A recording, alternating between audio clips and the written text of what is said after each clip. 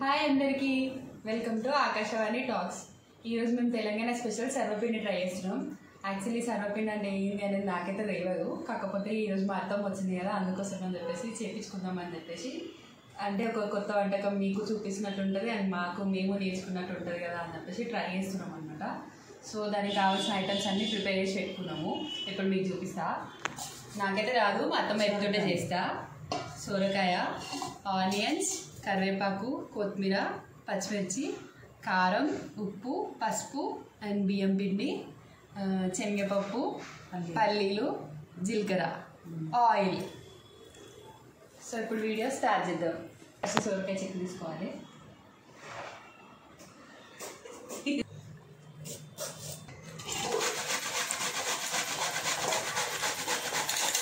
ఇట్లా సొరకాయని సన్నగా తురుముకోవాలి. తగినంత ఉప్పు వేసుకోవాలి, రుచికి సరిపడా.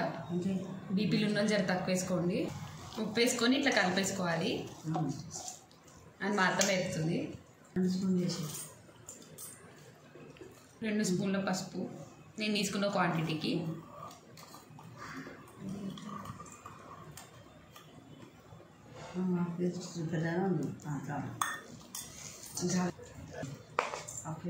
అల్లం వెల్లిగడ్డ పేస్ట్, ఉల్లిగడ్డ, పచ్చిమిర్చి, కొత్తిమీర, కరివేపాకు వేసి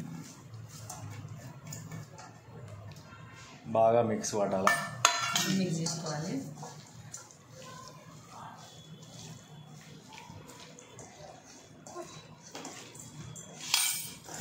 శనగపప్పు వేయించి పెట్టుకోండి. వేయించిన పల్లీలు, వేయించి పొట్టు తీసిన పల్లీలు, వేయించిన జీలకర్ర, వేయించుకున్న జీలకర్ర, వరంగల్ కారం పొడి.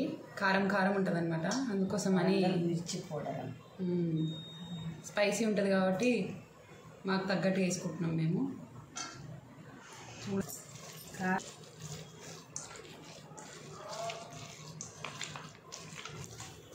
ఇది ఇట్లా చూస్తుంటే చిన్న ఉన్నప్పుడు ఏదైనా ఫెస్టివల్స్ వస్తే ఇంట్లో అమ్మ వాళ్ళు అప్పాలు చేసుకుంటారు కదా, అప్పలు, మురుకులు, స్కూల్ నుంచి వచ్చిన తర్వాత స్నాక్స్. సో అది గుర్తొస్తుంది అనమాట. మంచి స్మెల్ వస్తుంది. సో మొత్తం అంతా కలిపి ఇట్లా మిక్స్ చేసేసుకోవాలి. ఇలా మిక్స్ చేసుకున్న దాంట్లో బియ్యం పిండి వేసుకోవాలి. మేము 1 కప్పు బియ్యం పిండి వేసుకుంటున్నాం.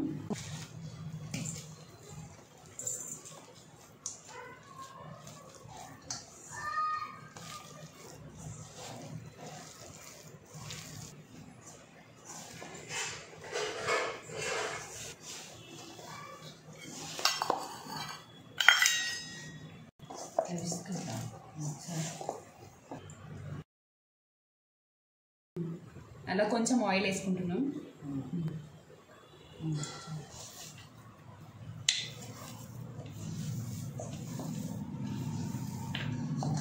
కలిపేసుకోవాలి మొత్తం అంతా. మంచి ఇట్లా ముద్దలాగా రావాలి. ఇట్లా ఒక ప్యాన్ తీసుకున్నాము, దాంట్లో ఆయిల్ పోస్తున్నాం. వస్తుంది కదా చుట్టూ. అయిపోయింది కదా. సో దీన్ని మొత్తం ఇట్లా మంచిగా స్ప్రెడ్ చేసుకోవాలి. ఆయిల్ని మొత్తం ఇట్లా స్ప్రెడ్ చేసుకోవాలి నీట్గా. ఇప్పుడు దాంట్లో సరిపడంతా, అంటే చపాతీ టైపు స్ప్రెడ్ చేసుకోవడానికి ఇంత ముద్ద తీసుకుంటాం మొత్తం.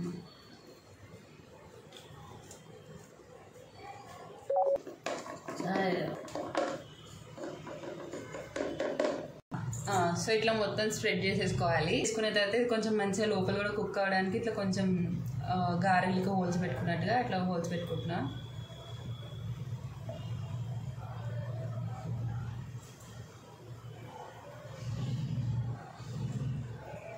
సో ఇలా హోల్స్ పెట్టేసుకొని ఇప్పుడు కొన్ని పైనకెళ్ళి మళ్ళీ ఆయిల్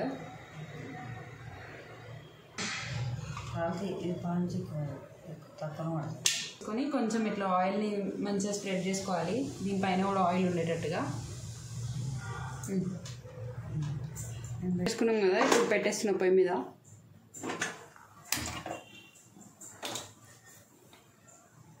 సో సిమ్లో ఉంచేస్తున్నాం, మొత్తం సిమ్ మీదే కాల్చుకోవాలి కాబట్టి.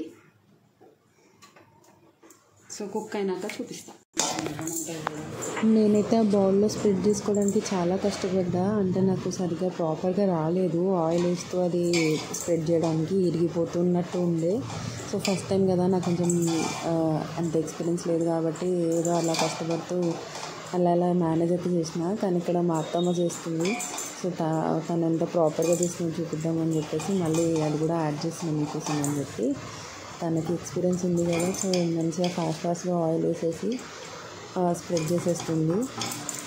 సో చూడండి ఎలా చేస్తుందో.